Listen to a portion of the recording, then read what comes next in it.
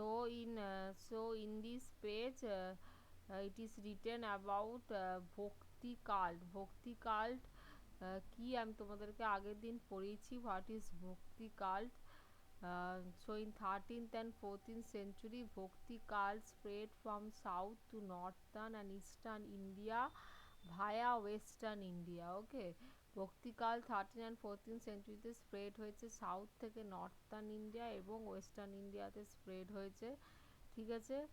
আর ভক্তি কাল্ট মানে কোনো গডের প্রতি ডিভোশন করে কাউকে, ভগবানকে এক মনে ডাকা, to devote God for the devotees, মানে তার যে শিষ্য তার জন্য ভগবানকে যখন আমরা এক মনে ডাকছি, ডিভোশন করছি, তখন সেটাকে বলছি আমরা ভক্তি cult. So in 13th and 14th century, these Bhakti cult spread from south to northern and eastern India via western India, and these Bhakti cult later spread to Namdev, Ramananda, Kabir, Guru Nanak, Chaitanya Dev, Mirabai. All of them started propagating Bhakti cult and to send this message through writings, poems and songs were heard all over India. Okay. So Guru Nanak was one. Now we will read about Guru Nanak. Who was Guru Nanak? He was a person of Bhakti saints of medieval India. He was close to all people with no discrimination. The Langar Khana was introduced in his lifetime. People of all caste and creed dined there together. This system can be observed in the Gurudwaras or other Sikh religious sites. Nanak did not introduce any religion. Later, Sikh religion was founded on the philosophy and teaching of Nanak. 10 gurus were mentioned in this religion. Guru Nanak was the first guru. This preaching is inscribed in the holy scripture of the Sikhs. It is called Guru Granth Sahib. It was written in Guru Mukhi. So, Guru Nanak was one of the Bhakti saints of medieval India. We know about that person, Guru Nanak. He was close to all people. He used to serve all people. Guru Nanak, without discriminating any person, without discriminating any caste or religion, he used to give langar khana to all, introduced and used to give and distribute langar khana to all people. People of all caste and creed used to dined, means used to eat there together in the Guru Nanak that palace, Guru Nanaker প্যালেসে all people, সব রকমের ধর্মের মানুষ এসে সেখানে লাঙ্গার খানা খেত, যেখানে কোনো কাস্ট ক্রিড, কোনো রিলিজিয়ানের কোনো ভাগ ছিল না। All people, all types of people used to came there and eat langar khana, which was given by Guru Nanak in the Gurudwaras or in the other Sikh religious places. Okay, so later Sikh religion was founded in the philosophy and teachings of Nanak. 10 gurus were mentioned in the religion. Guru Nanak was the first guru, and his teachings was written in a holy scripture book. He was called Guru Granth Sahib. So Guru Nanak was called Guru Granth Sahib, and about him it was written in a book that is named Guru Mukhi. Okay. So Guru Nanak was called Guru Granth Sahib, but there were differences we find in the Bhakti thinking. Okay, among Bhakti thinking, among those sages, among the sages of the Guru Nanak. আমরা গুরু নানকের যারা সেজ ছিল তাদের মধ্যে কিছু reference আমরা পাই god মানে ভগবানকে বা গডকে ডাকার ব্যাপারে। কি ছিল না, one was to spread the message of God to all people without discriminating any people, other was to accept the divine God in his own way,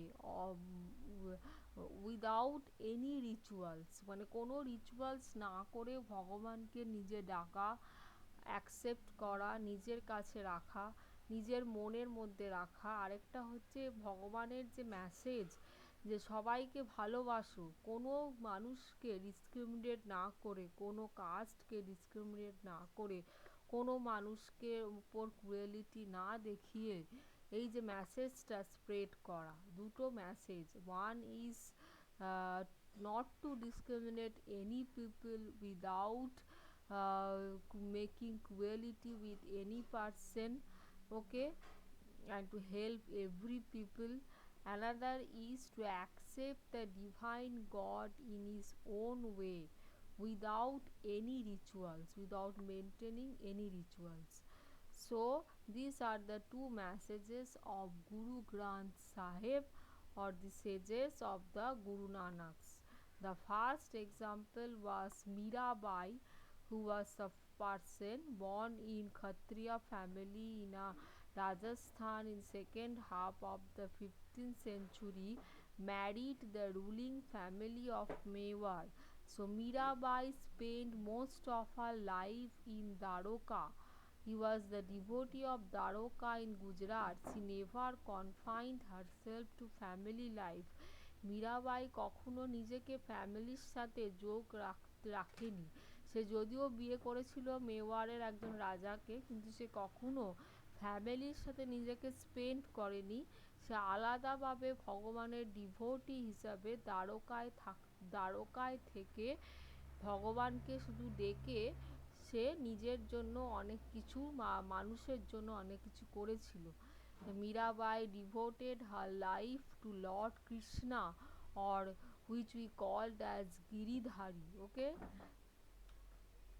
Mirabai lord কৃষ্ণাকে ডেকেছিল, ডেকে নিজের মধ্যে লর্ড কৃষ্ণাকে ভগবান ভেবে ডেকেছিল, এবং সে মানুষের জন্য নিজের জন্য অনেক কিছু করেছিল, কিন্তু সে ফ্যামিলির সাথে থাকেনি বা স্পেন্ড করেনি, দো হি ম্যারিড, ওকে।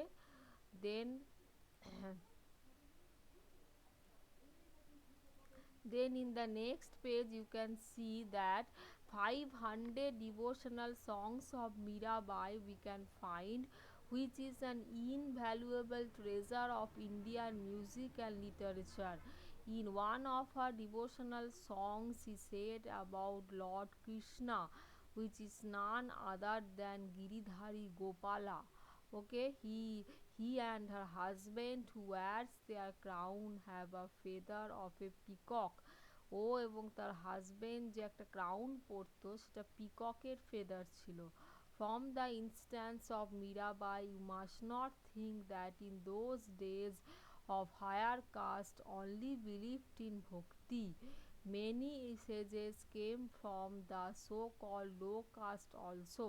তাহলে আমরা কি জানি যে অনেক সেজেস তখনকার দিনে গুরু গ্রন্থ সাহেবের মতো ছিল, যারা লো কাস্টেরও ছিল বা হায়ার কাস্টেরও ছিল। মীরাবাই যদিও হায়ার কাস্টের ছিল, ভক্তিকে খুব মানত, ভক্তি গডকে খুব নিজের মতো করে দেখেছিল, লর্ড কৃষ্ণাকে ডেকেছিল, কিন্তু মীরাবাই তো হায়ার কাস্ট ছিল, কিন্তু তখনকার দিনে লোয়ার কাস্টও পিপল ছিল যারা ভক্তিকে ভগবানকে খুবই নিজের মতো করে ডাকতো, ঠিক আছে।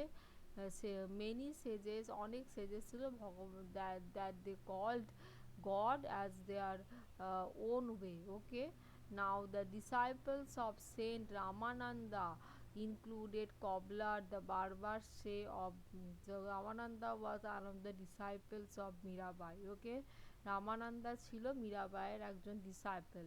সো মীরাবাইকে নিয়ে তোমরা এখানটা একটু পড়ো, you have to write some lines in about Mirabai. then who was Mirabai, then who was Guru Granth Sahib or Guru Nanak, who was Kabir. Kabir was brought up in a Muslim family in Varanasi. He was famous. He was also a famous Bhakti saint. Some think that he was a disciple of Ramananda. In his spiritual thought of Islam, Vaishnava cult, Natha yoga, and Tantric belief had converged together. So কবিরও একজন person ছিলেন, মুসলিম ফ্যামিলির person ছিলেন, যে ভক্তি জিনিসটাকে খুব ভালোভাবে প্রিস্ট করেছিলেন, এবং সেও ইসলাম ধর্মের থাকলেও সে খুবই মানে তান্ত্রিকের ওপর একটা বিলিফ বা একটা কিছু স্পিরিচুয়াল বিলিফ, সেটাকে একসাথে করে তিনি অনেক কিছু বলেছিলেন। To him all religions were the same.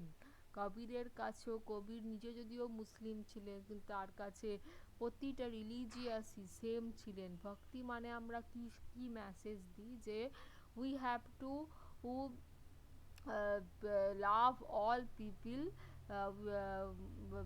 love all people without discriminating any person. এটা we have to devote God, we have to love all people without discriminating any person. আমাদের ভগবানকে ডিভোট করতে হবে, ভগবানকে ডাকতে হবে, সব মানুষকে ভালোবাসতে হবে, এবং কোনো মানুষকে ডিসক্রিমিনেট করা যাবে না। এটা হচ্ছে ভক্তির মেন মেসেজ।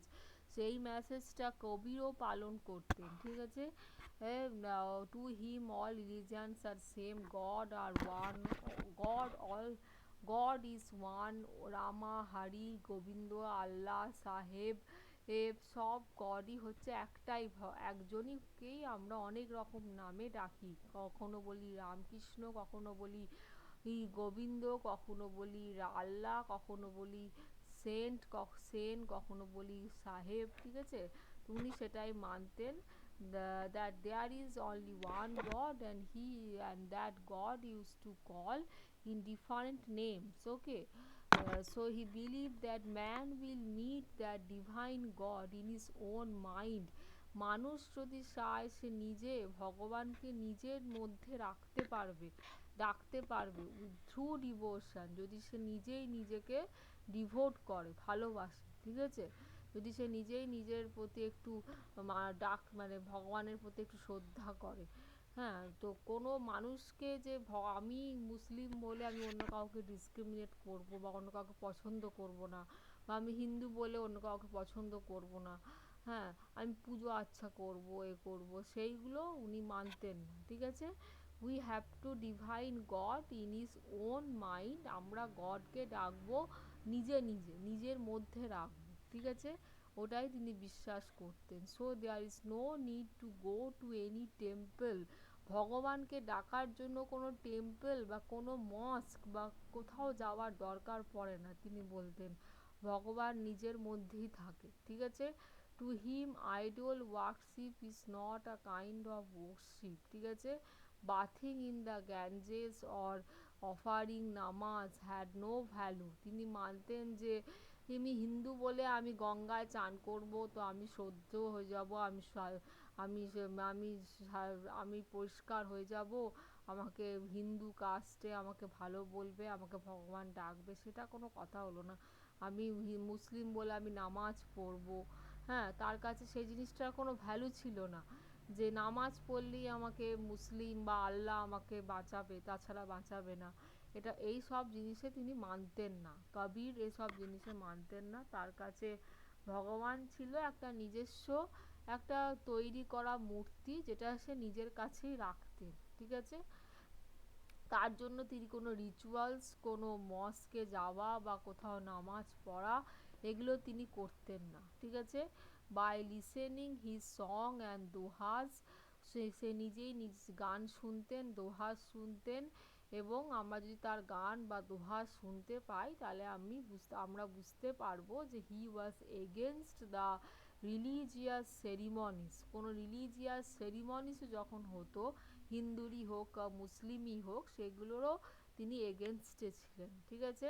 তিনি বলতেন জয়সা স্টিল মে তেল হে, জিহো চাহা মে মে আগ তেরে সেই তুজে মে, এই পোয়েমটা তোমরা পড়বে, বুঝতে পারবে কবিরের ব্যাপারে, যে কবির কি বলেছিলেন মানে গডের ব্যাপারে। এরপর যে নেক্সট পেজটা আছে দেখো, এখানে সুফিজের ব্যাপারে লেখা আছে যে 500 দোহাজ অফ কবির, কবিরের অনেক দোহা গান আছে যেটা গুরু গ্রন্থ সাহেবে লেখা আছে। দোহাজ মানে শিখস অ্যান্ড পিপিল, শিখ পিপিলরাও দোহা বা গুরু সেদেরকে নিয়ে পড়তেন, ঠিক আছে। আর্টিস্টিয়ান পিজেন্টসরাও দোহা ল্যাঙ্গুয়েজে অনেক কিছু বলেছিলেন। হ্যাঁ, তো কিছু লেজেন্ড আছেন যারা কবির মারা যাওয়ার পর তাকে খুব মানতেন। আর আমরা এখানে দেখতে যেটা পাই সেটা হচ্ছে যে অ্যাট দ্যাট টাইম আমরা মানি যে দোহার মানে কবিরের যে বডি সেটা ডিসঅ্যাপিয়ার হয়ে যায়, এখানে লেখা আছে। এবং সে তার বডির বদলে আমরা কিছু মুসলিম মানে যে কিছুদিন রেড রোজেস রেখে গেছিলেন, এবং যেটা একটা ক্লথের মধ্যে, হোয়াইট পিস অফ ক্লথের মধ্যে পাওয়া গেছিল। সো সেখান থেকেই ডিসাইপেলসরা তখন থেকে, হ্যাঁ, মানুষ কবিরকে রিগার্ড করতেন। Kabir was regarded as emblems of peace and equality by the people in those days. Okay, so কবিরের ব্যাপারে খুব ভালো লেখা আছে, তোমরা পড়বে। মীরাবাইয়ের ব্যাপারে, গুরু গ্রন্থ সাহেবের ব্যাপারে, কিছু সুফিজ আছে, সুফিজ মুসলিমসদের ব্যাপারে, যে সুফিজরা কারা ছিলেন, ঠিক আছে, এটা নিয়ে তোমরা একটু পড়বে। যে সুফিজম অরিজিনেটেড হয় সেন্ট্রাল এশিয়াতে, সুফিজরা ইন্ডিয়া থেকেও আসে, মিডল 13th সেঞ্চুরিতে আসে, এটা নিয়ে পড়বে। আর এরপর আর এখানে সেরকম কিছু পড়তে হবে না। এরপর যে এটা ছবি আছে দেখো, 7.5 পিকচার আর দরগা অফ শেখ সালিম খিস্তি, ফতেহপুর সিকরি, উত্তরপ্রদেশ। এই যে এক দারোগাটা ছিল মানে ফতেহপুর সিকরি উত্তরপ্রদেশে আছে বা আগেও ছিল, সেটা নিয়ে এই পিকচারটা একটু ভালো করে খেয়াল রাখবে, মনে রাখবে। আর এরপরে নেক্সট পেজে পপুলারিটি অফ সুফিজের পপুলারিটির ব্যাপারে লেখা আছে, তারা কিভাবে পপুলার হয়েছিল। সুফি সেন্ট কুতুবউদ্দিন বাখতিয়ার খাকি কিভাবে পপুলার হয়েছিলেন সেটা নিয়ে পড়বে একটুখানি। আর কন্ট্রিবিউশন অফ সুফি সেন্টসরা কি মেসেজ দিয়ে গেছিলেন, তাদের কি কন্ট্রিবিউশন, তারা they use to lead a life of care free and they used to give message of peace to unite all people. Okay, so এইগুলো তোমরা মেসেজ দিয়েছিল, সুফিজরাও মেসেজ দিয়েছিল যে আমাদের প্রতিটা মানুষকে ইউনাইট করতে হবে, care free simple life lead করতে হবে, সুফি সেন্সরা মেসেজ দিয়েছিল, খ্রিস্টরাও মেসেজ দিয়েছিল, ঠিক আছে। তো এইখানটা তোমরা পড়বে, কন্ট্রিবিউশন আন্ডারলাইন করা আছে, ঠিক আছে। আর এরপর যেটা পড়বে সেটা হচ্ছে যে মেঘাস, আর একটা যেটা, আচ্ছা, এটাই তোমরা পড়বে। হ্যাঁ, আগের পেজ অবধি আমি দেখিয়ে দিলাম, পেজ নাম্বার 122 আন্ডারলাইনড পেজ অবধি যা যা দেখালাম পোর্শনগুলো শুনবে আর পড়বে।